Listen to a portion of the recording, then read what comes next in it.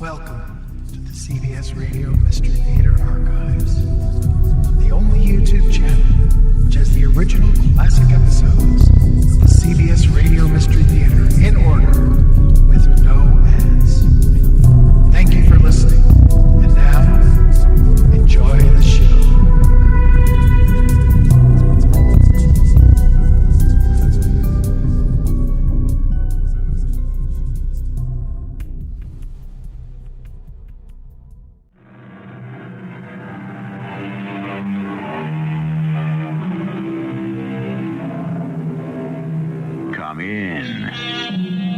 Welcome. I'm E.G. Marshall. The desires of the heart are as crooked as corkscrews, said the late W.H. Horton.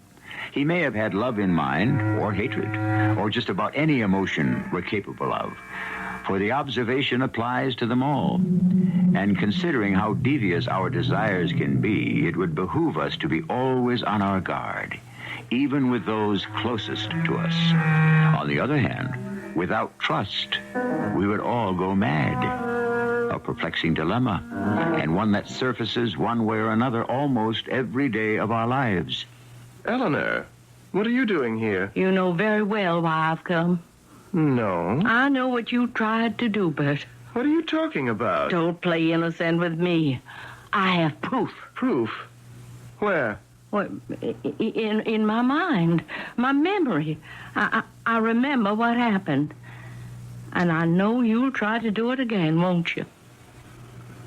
Won't you?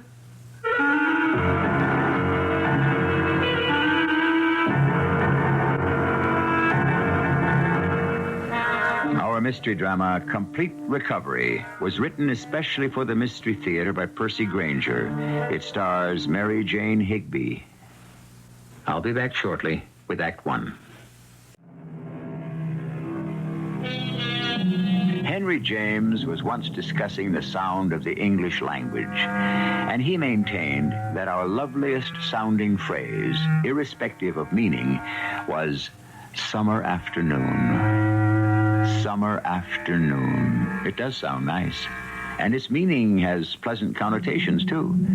But not for Elanar Houston, a wealthy and once very outspoken widow.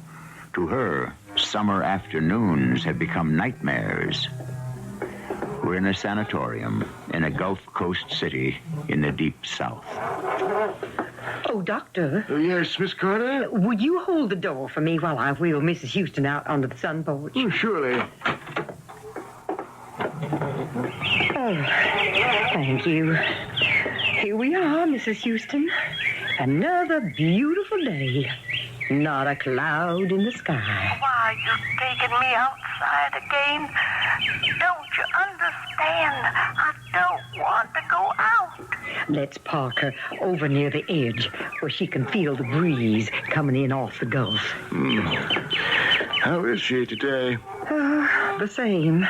Still no sound and no movement. It gives me a headache. The sky. I can't stand all that blue. We've had her under treatment and observation for 6 months, and there's not a thing in the world wrong with her, physically. The fractured ankle she suffered from that hit-and-run driver is all healed, yet she seems totally paralyzed. Oh, here we are. I talk to her constantly. You know, I almost think she can hear me. Sometimes she even looks as if she's going to respond, and then nothing. Of course I can hear you. Don't leave me here. Oh, my head is throbbing. The blue sky is making it hurt. I'd rather die than endure this. Oh, you're going away. Don't leave me here. If only there was some way to get through to her. I'm convinced she is using this paralysis as a defense. She's afraid of something. You can see it in her eyes. Something she doesn't want to face. You don't think it's just the trauma of the accident? Nah, it's got to be more than that. Otherwise, why wouldn't she want to recover? Doctor, look. Her hand. I think she moved it. Keep your voice down. Don't startle her. There. You see? Yeah, she's trying to wheel herself forward. No.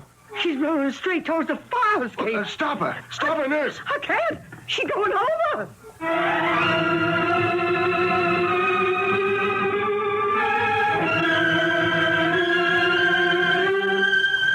Pulse. Normal. Blood pressure. Back up to normal. And how's she breathing? Well, it's very regular.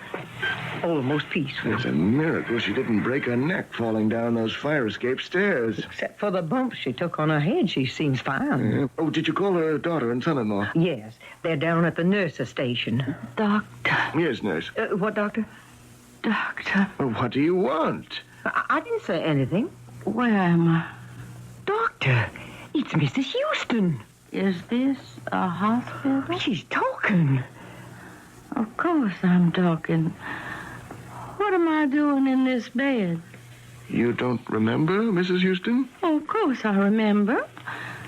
I remember I was downtown shopping for a dress for the spring cotillion. And I remember my daughter Rita thought it was foolish for someone my age to still be going to dance. Is that the last thing you can recall? Now, stop this interrogation and tell me what happened. You were struck by a hit-and-run driver. Oh, really? How extraordinary. You've been here for 6 months, Mrs. Houston. 6 months? I insist you let me go at once. You'll have to stay for a few more days until we can run tests to make sure you're really fully recovered. Doctor, should I get Mrs. Houston's daughter? My daughter? Is Rita here? Yes, she's outside with her husband. Oh, him. Why are they here? Why don't we get them for you? I'm sure they'll both be happy to see how much better you are. Doctor, why didn't you tell Mrs. Houston the whole story? And risk having her go back into shock? Well, she doesn't remember a thing from the time of her first accident. Evidently, the bump she took on her head this afternoon has knocked out all memory of the past 6 months, including whatever fear it was that was keeping her paralyzed. Dr. James. Oh, Mrs. Riley, there you are. Is Mom all right? We came as soon as you called. No broken bones? Oh, hello, Mr. Riley. No. In fact, something very interesting has happened. The paralysis is gone. You mean she can move? And talk. She seems completely recovered. Well, I don't understand how that's possible. Well, as you know, it's been my contention all along that Mrs. Houston was suffering from what psychiatrists call a conversion reaction. That is, she converted some mental trauma, probably connected with a car accident, into a physical symptom, the paralysis. Subconsciously, she preferred that to confronting the trauma. Bert, do you hear that? Mama's better. Isn't that wonderful? Doctor, can we go see her? Oh, of course.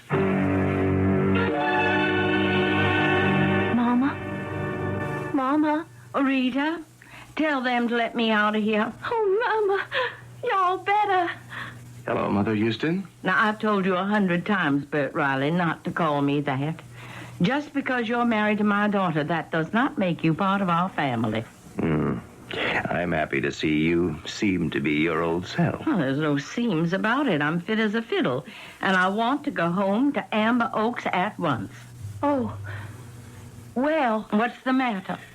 Well, I'm afraid the house has been sold. What? Mama, it was so big and so expensive. Amber Oaks is my home. Our family home. The doctors didn't think there was much hope of your ever recovering. Who gave you the right to sell it? Well, the court did. The court. What business it is of theirs? Well, Bert was appointed trustee for the state, Mama, because of your condition. He is a lawyer. Of course, if you're fully recovered, everything will be turned back over to you. If I'm recovered, of course I'm recovered. What about Amber Oaks? Well, we can get you a real nice apartment here in town. And the money you made by selling it? What have you done with it? It's all been soundly invested. I want to see the papers. I want to see everything. Please don't get mad, Mama. Everything is all right. Bert only did what he saw fit. Of course. Only what he saw fit.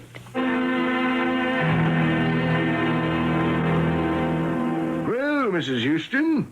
The diagnostic tests were all negative. We can release you today. It's about time. There's one thing, though, I think we ought to discuss before you go. You mean that nonsense about my having been psychologically paralyzed? Mrs. Houston, it could be quite serious. Why? You just said my recovery was complete. Yes, but whatever caused your fear is still there. Even though you have no conscious recollection of the past 6 months, at any moment, something could trigger a relapse. What could? Almost anything. A word, a smell, a thought, something you see. Mrs. Houston, there is something inside you that could kill you. Something you're so terrified of, you've blocked it from your conscious mind. I'm not afraid of anything, Doctor. I've never been afraid of anything in my life. And I certainly have never been terrified.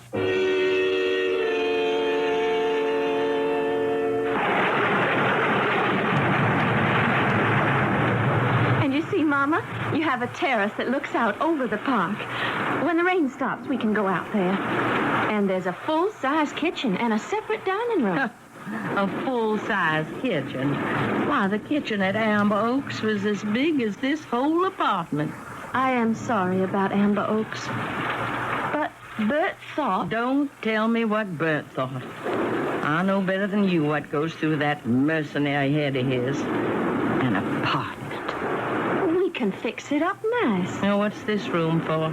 Oh, that's the surprise I told you about. Amber Oaks is gone, but I found someone who's going to make you feel at home. Mrs. Collins, you can come out now. Hello, Mrs. H. Amy, our old cook. I called her yesterday, and she agreed to come live here and work for you just like before. Oh, Mama, what's the matter? oh, why, Mrs. H, what's wrong? Mama. Oh, she fainted.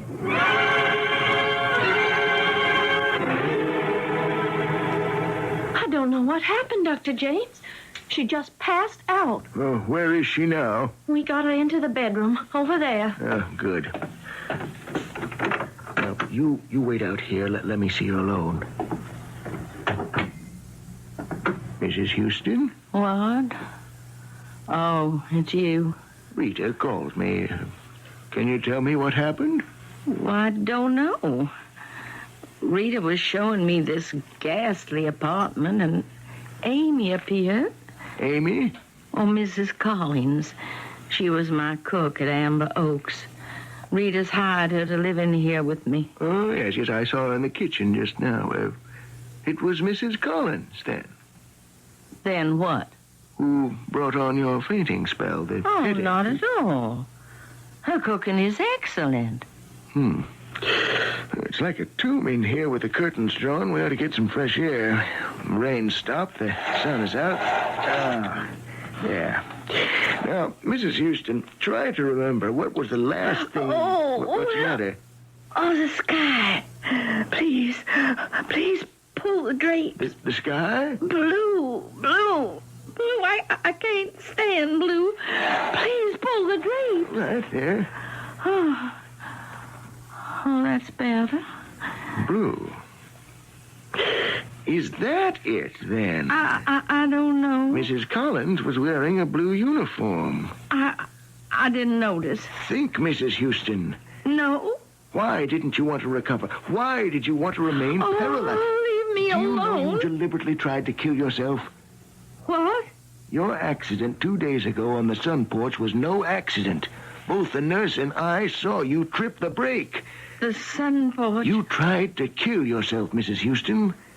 Now, what is it you're afraid of? The sky. The color blue. No, it's not the color blue. That's only the association. What is the truth, Mrs. Houston? What are you terrified of? What don't you want to face? Nothing. Nothing terrifies me, Doctor. I'm not afraid of anything.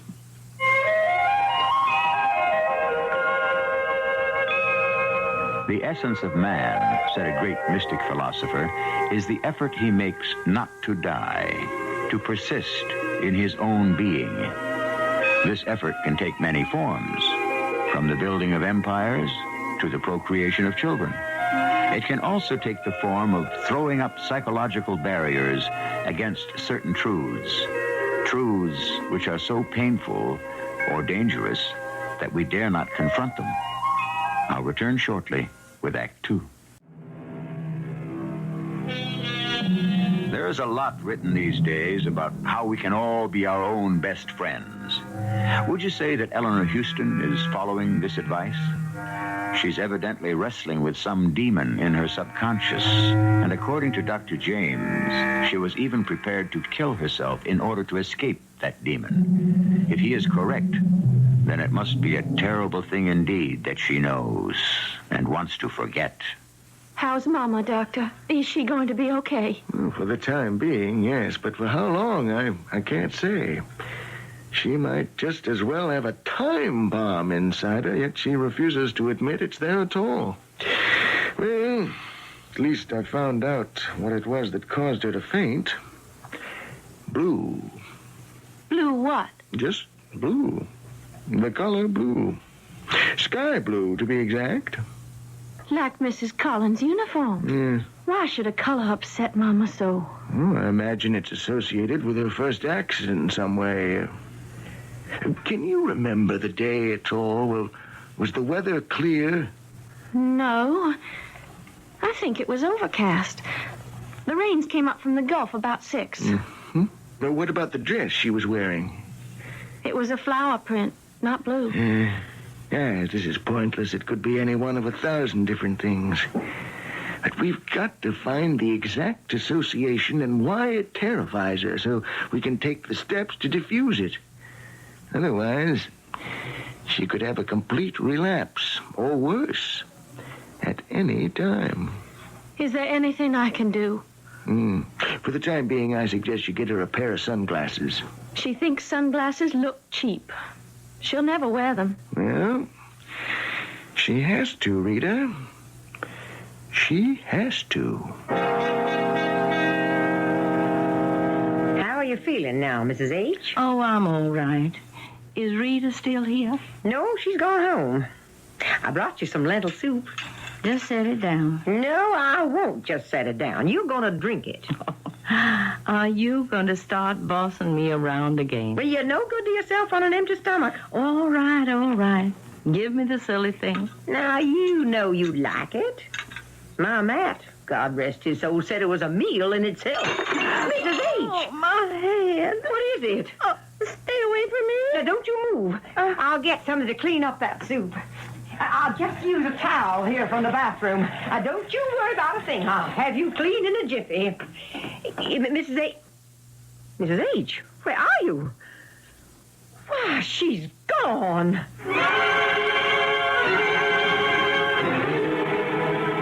Dr. James. Mrs. Houston, what are you doing out of bed? I got to talk to you. Of course.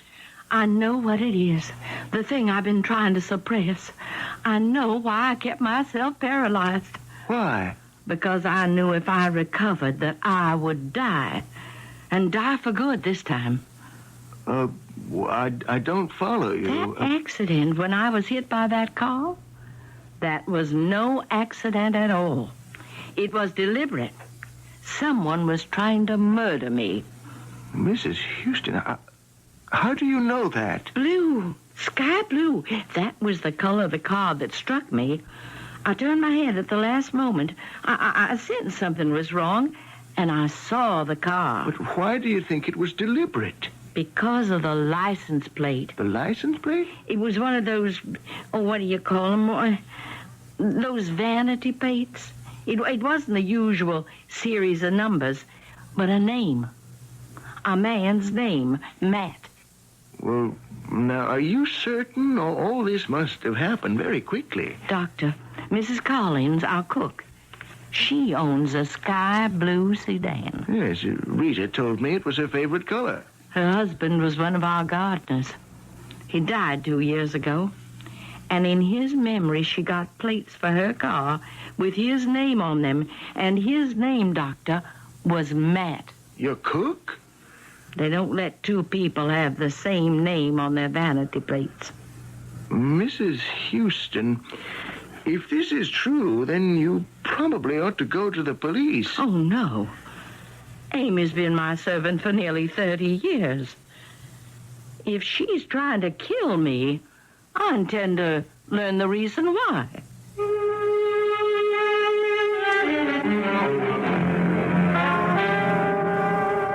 Mrs. H., you're home. What happened? I turned my back for 2 seconds and you disappeared. Why, I forgot something at the hospital, Amy. Well, you should have let me drive you. That would have been ironic, wouldn't it? Why?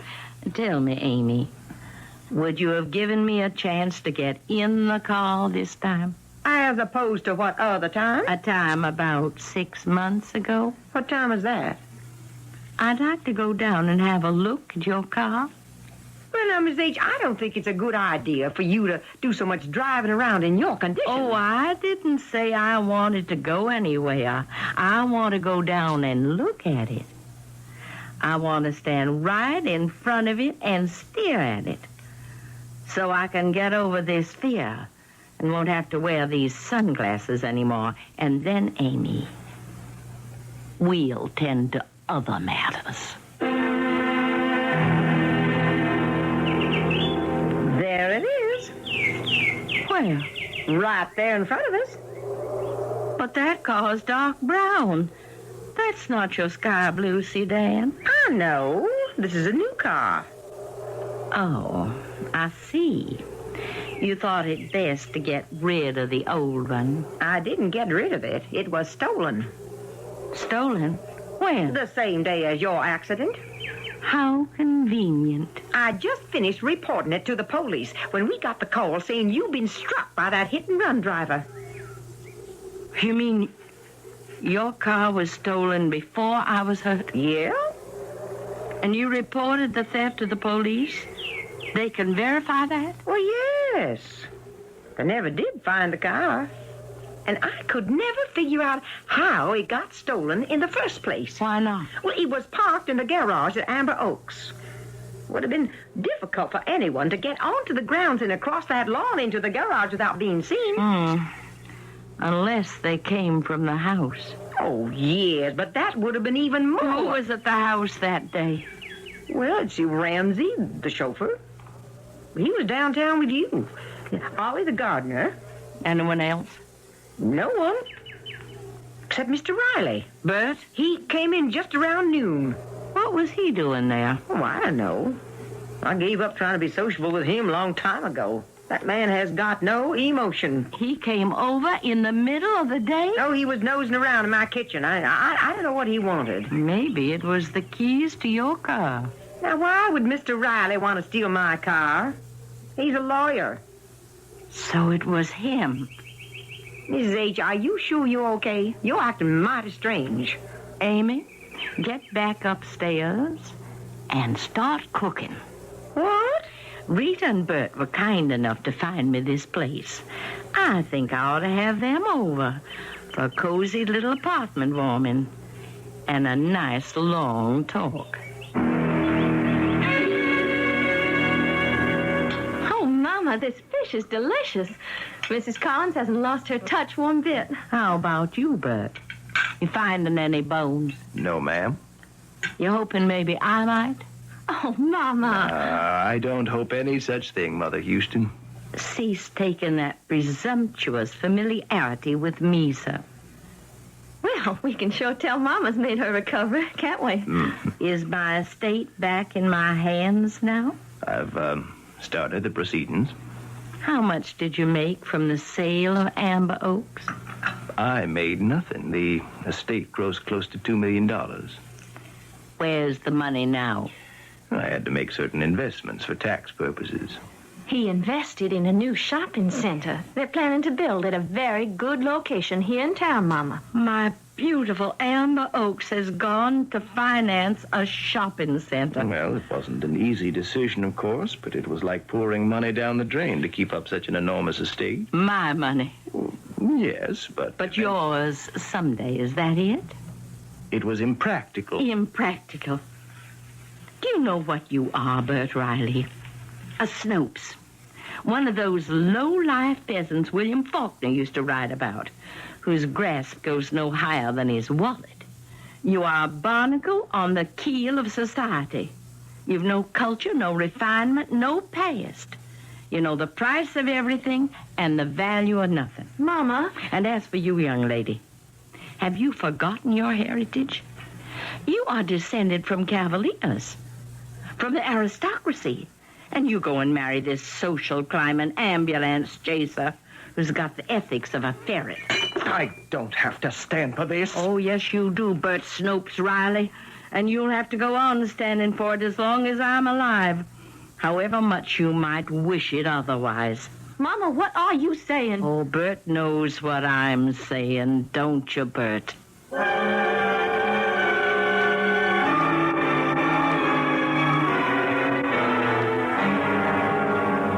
Mrs. H., can I clear the dishes now? Yes. Mr. Riley sure stormed out of here in a bad mood. Mrs. Riley didn't seem none too happy either. Mrs. H., were you implying that you think Mr. Riley tried to kill you? How do you know that? Well, that's what it sounded like. Were you eavesdropping? No, ma'am. I couldn't help but hear every word from the kitchen. Oh, I'm sorry, Amy. Forgive me. No, there's no point in starting to apologize at your age. You will help me, won't you? Of course, Mrs. H. I always have. I mean, now, you're my only witness. You're the only other one who knows Bert tried to kill me. I know that. You said you saw him that day. Yes, but... He stole your car, don't you see? And tried to run me down with it. I saw the car, Amy. I saw the license plate with the word Matt on it. You think it was my car? I know it. We'll go down to the police right now and press the charges. Well, I don't know how in the world you're going to prove it. I've just got to find a way, that's all. Oh, I gave myself away tonight. He knows I know. It's only a matter of time before he makes another attempt. Well, I'm sure he won't do any such thing. Don't you believe me? He's after our money. That's why he married Rita. But you have no proof. Well, he tried to kill me once, and he's going to try again. I know he will. And how am I going to stop him?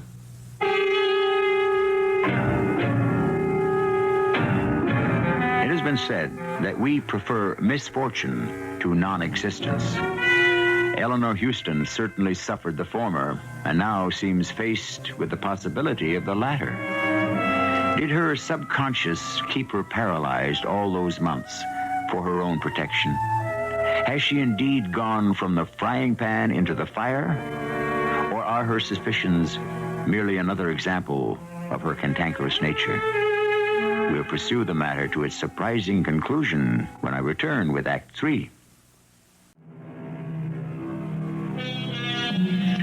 There are, said one expert on the subject, very few unique crimes. Most have been committed before and will be committed again. Certainly, the attempted murder of an older member of a family by a younger for the purpose of securing an early inheritance is no newcomer to the annals of wrongdoing. But the details of our present story make it somewhat unique. In the first place, we cannot be sure murder was even attempted. But assuming it was, the would-be murderer has not been arrested. In fact, he is not even suspected. And the victim has nothing to go on but a shard of memory and a bit of circumstantial evidence. I'm scared, Amy. For the first time in my life, I am scared. You want me to call Dr. James? Oh, what good will a doctor do me? No, I need proof. Some kind of proof that will put Bert Riley in jail. Mrs. H., everybody knows you don't like the man. Now, what's that supposed to mean? Well, I know you're upset by that sale of Amber Oaks, but that was an error in judgment, not a crime. It was no error. Well, I'm sure if he did anything illegal, your lawyers will discover it. Are you patronizing me? Now, I won't stand for that. Mrs. H., let me call the doctor. Out, leave. I don't need you to live here hovering over me. I'm not an invalid, and I won't be treated like one. I'm descended from the heroes of the Confederacy, and I'm perfectly capable of fending for myself and protecting myself.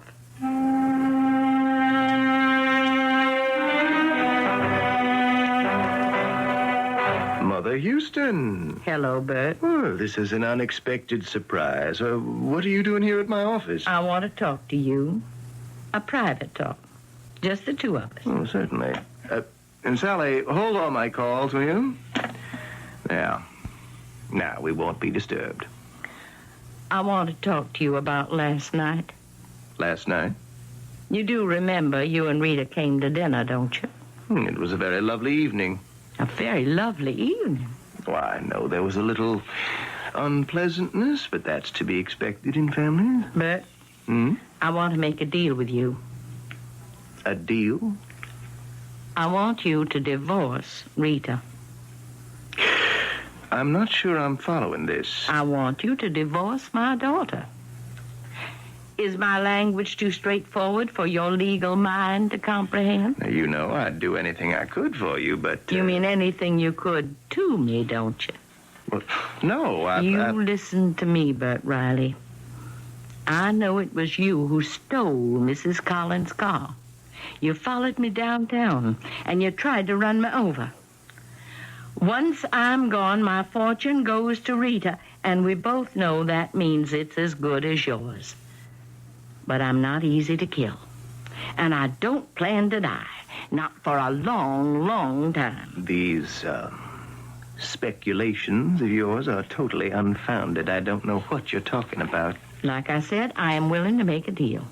You divorce Rita, get out of our family, get out of this town, and I won't go to the police. The police? To press a charge of attempted murder. Is that really what you think? It's true, isn't it? You've never liked me, Mrs. Houston. I don't have a distinguished family. No bloodline I can trace back. But I've worked my way up from nothing. And I hope that someday I'll earn your respect. My respect? What were you doing at Amber Oaks the day of my accident? I wasn't there. Mrs. Collins saw you. She must be mistaken. She said she spoke to She you. must be mistaken. Admit you tried to kill me. The only thing I'm killing at the moment is time. And Mrs. Houston, in my profession, that is a valuable commodity. I'm afraid you will have to excuse me. You're going to try to kill me again, aren't you? Aren't you? When, Bert Riley? When?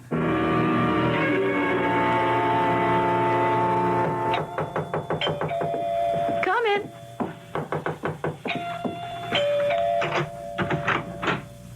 Mama. Can I come in, Rita? Of course. What's the matter? I've got to talk to you. Well, can you stay for dinner? Bert will be home in a couple of hours. I don't want him to see me, and he mustn't know I've been here. Do you understand? I've just been to see him. Well, what's wrong? You're perspiring. Rita, darling, I've got to ask you a favor as a mother to her daughter, to her one and only loveliest child. You see, I dismissed Mrs. Collins. What? Oh, she's an impossible old woman, but I know I can trust you. Trust me. I want you to come live with me. Come back. We'll fix up the apartment. It'll be just like living at Amber Oaks again. Oh, well, not quite, of course, but we could make it like old times. Mama, what are you talking about? You want me to leave Bert? There. You see what a clever girl you are. Yes, that's exactly it. I can't do that. Of course you can. You must. I'll call Mrs. Collins and try to patch things up. No. But I can't leave Bert. Why not? He doesn't love you. He does so. I need you, Rita. I'm all alone. And I'm in danger. I'm in terrible danger.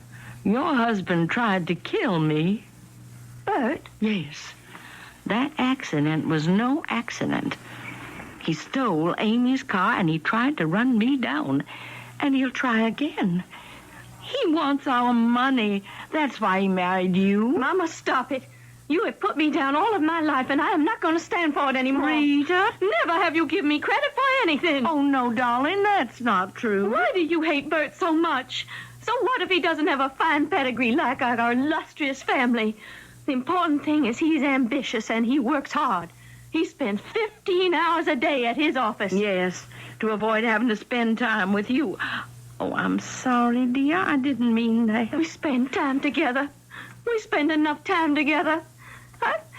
I'm going to have a baby. What? I wanted to tell you last night. You are pregnant? Marrying Bert was my decision, and getting pregnant was my decision. I'm living my own life now, so stop trying to interfere. Do you understand me? I do try to understand, Rita. I do. Oh, but you're my last hope. No one believes me. I'm sorry. I'll go now. Oh, please don't tell Bert I was here. Don't tell him I told you anything. For your own safety.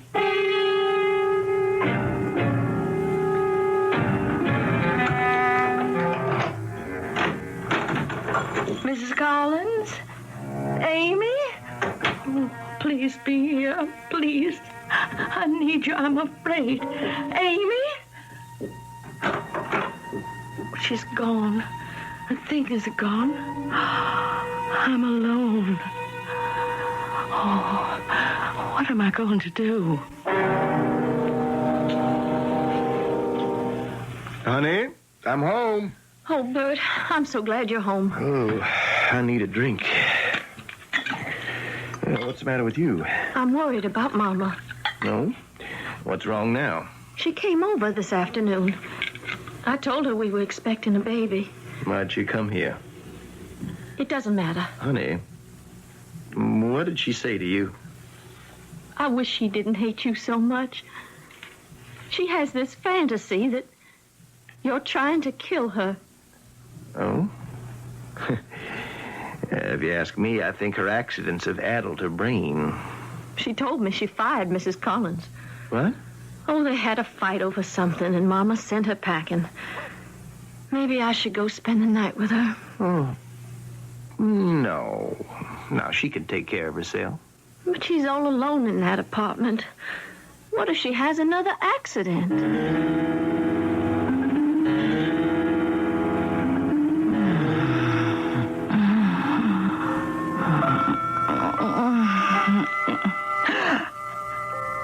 Who's there?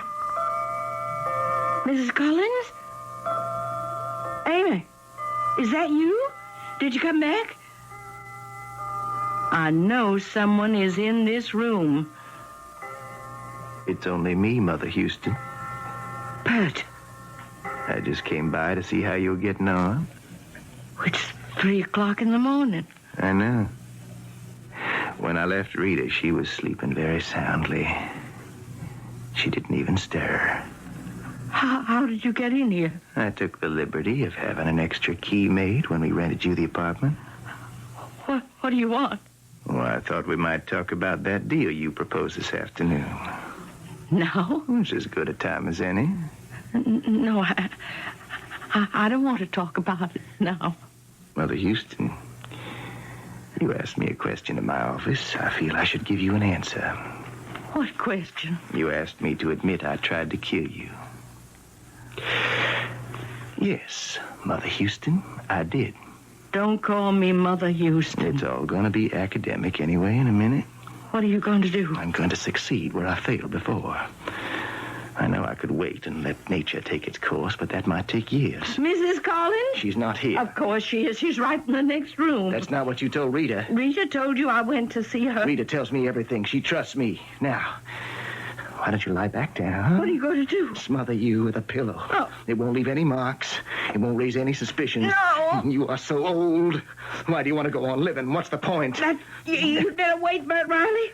I went to my lawyer's this afternoon. What for? When I came home after seeing you and Rita and realized I was completely alone, I did the one thing I could do. I went to my lawyer's and I made out a new will. You're not leaving your estate to Rita? Oh, no. Well, that won't work. We'll simply contest the will. You don't have to do that, Bert. I am leaving everything to you.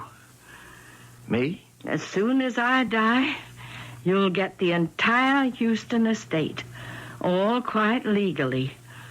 Of course, it's going to look very suspicious.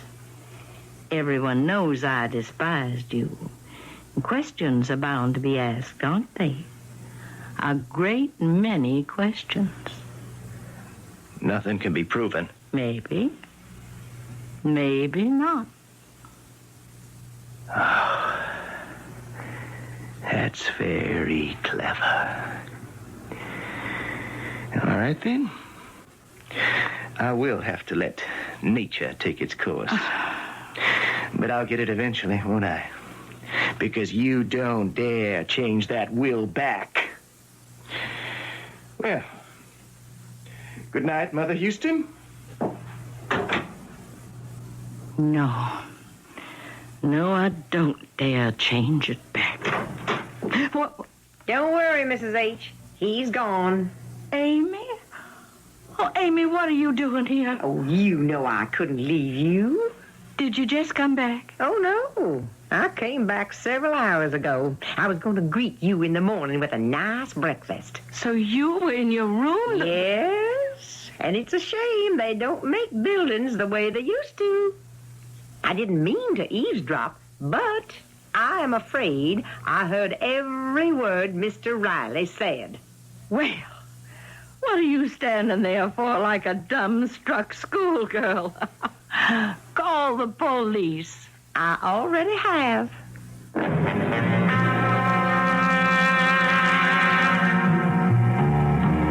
Edward Dahlberg once noted that most of man's acts are contrary to his own best interests. He spoils his own good fortune because he cannot wait for it. Had Bert Riley been content to wait, he could be a rich man today, instead of behind bars. But we are what we are, and all too often we find love is at war with personality. I'll return with a final word in a moment. A final word on personality. Bert Riley almost succeeded in his second attempt to kill Elanar Houston, and one of his biggest allies was the old woman herself. Her domineering and melodramatic nature served to obscure from Amy and Rita the very real danger she faced. But at the crucial moment, it was her personality which also saved her. That and a bit of luck. Our cast included Mary Jane Higby, Joan Shay, Russell Horton, and Jada Rowland. The entire production was under the direction of Hyman Brown. I hope you enjoyed this episode of CBS Radio Mystery Theater. If you've enjoyed this and want to hear more, please subscribe to this channel.